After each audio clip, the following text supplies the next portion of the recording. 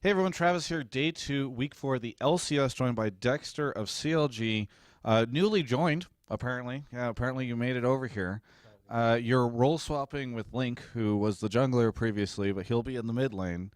And apparently, you have a major felony on your record that prevents you from interacting in the U.S. for a long time. Yeah, um, yeah, that was not my fault at all. Yeah, the person tripped and fell. You didn't actually murder them.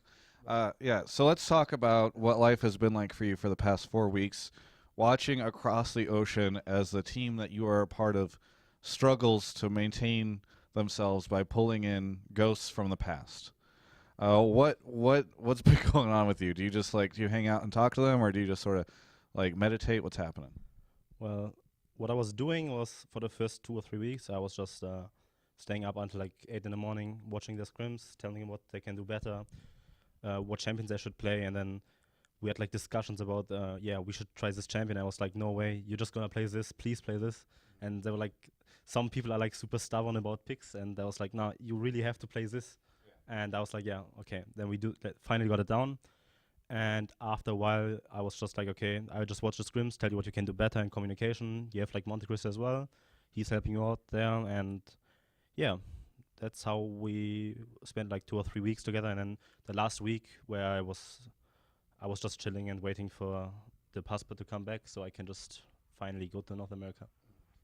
So the transition into actually playing with the team, has that been pretty seamless after watching from afar, or is there like some kinks that you're working out there?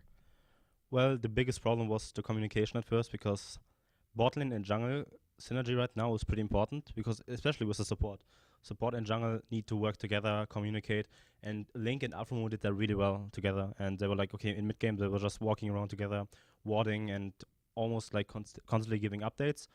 And when I first joined the team, like 4 days ago or something, I was having a really hard time to communicate with bot lane because I didn't play a scrim for like a month or something, and then it was like really hard to adjust actually to the team.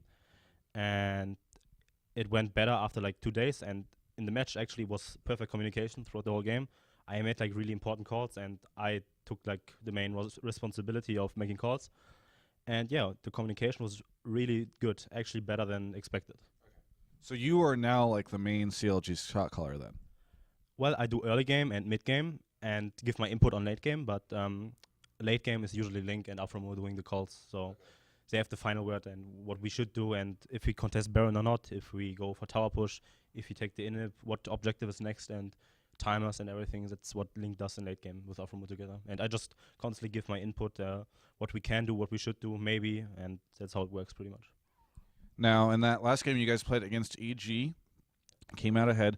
Early game, you guys seemed to be a little bit behind, and then you swept in late game. Do you think that that's where your strength is going to be? I mean, historically, CLG has often had pretty strong late games. Everybody knows about like the feed the double lift kind of deal. Well, we had Civ in our team, which was like our priority pick for this game planned.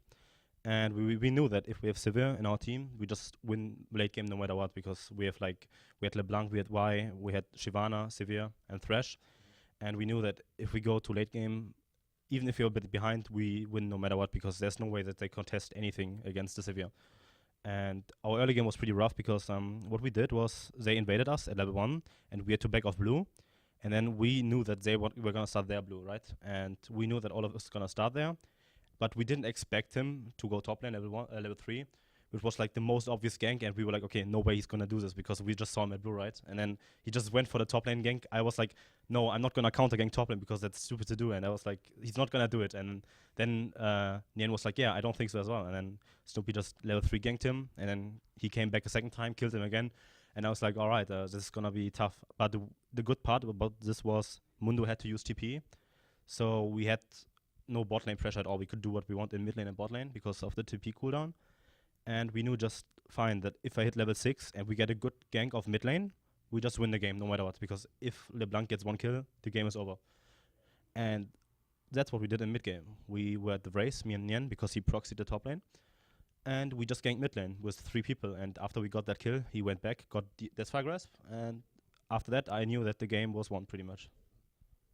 You mentioned Nian in there. Do you think that you and Nian were separated at birth and you were sent to Germany, or he was sent to America and you guys are actually brothers? I don't know. Maybe. Who knows? Because you guys look like you could be brothers a little bit. You have similar kind of composures. Yeah, maybe. Anything's possible. You know, I was just throwing it out there as a possibility. Talk to me about the decision to say goodbye to Europe and come to America. What really motivated that? Was that just like you wanted to play on CLG? Was that you wanted to have that true taste of freedom that then you later on felt coming into the country about 4 weeks ago? What really motivated the decision? Um, my main decision was to have a stable environment where I can just practice and really don't have to take care of anything else. And the European infrastructure is really shaky. I don't know. I don't like any European organization. Like, I mean, they're good organizations, but those have stable rosters. I mean, if you look at Fnatic, they have like stable rosters. Fnatic, Cyanide, Picker, and Source. They're like really good together. So um, I had like opportunities to play in LCS in Europe, but I didn't want to join any organization that where I just have to manage myself and can't really focus on playing. And I wouldn't have played in Europe when I didn't get the players I wanted to play with, which was N-rated initially and Mr. Rallis, but they both ended up playing in LCS. That's what I can say. And yeah, after that kinda went down, I was like, okay, I have the option to maybe go to CLG.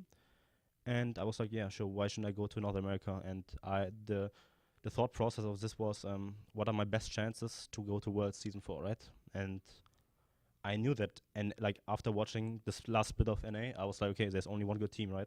There's only like Cloud9 at that point. That's good, and you have 3 more slots for Worlds. And I was like, yeah, CLG is like really good, and they were a really good team back then when they had a real jungler, right? Because their initial like reason to do all this stuff was because there was no available jungler, and Link was supposed to play jungle because there was no talent. And I was like, yeah, sure, I'm just gonna talk to Monte Cristo and Yen, and yeah, I was talking to them. And then we decided to give it a go. And after like 3 or 4 days of practice, they were like really convinced that I'm the right person to go with. So yeah, I think that's how I ended up on CLG. So you actually reached out to them to some extent and said that you felt like you could be a good fit for them. So this was kind of all out of your idea initially then. Well, I knew that I have a contact here in North America. It's Agent. He's like kind of managing Lemon Dogs from over, and he was like our manager, analyst, or whatever. He just gave us input every time. And I was talking to him. I was like, yeah, what can I do? Like, what players are good? And he was like, man, maybe you should just contact CLG or something and reach out to them.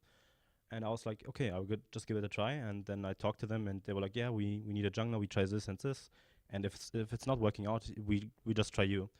And then Trix Z didn't work out at IEM Cologne.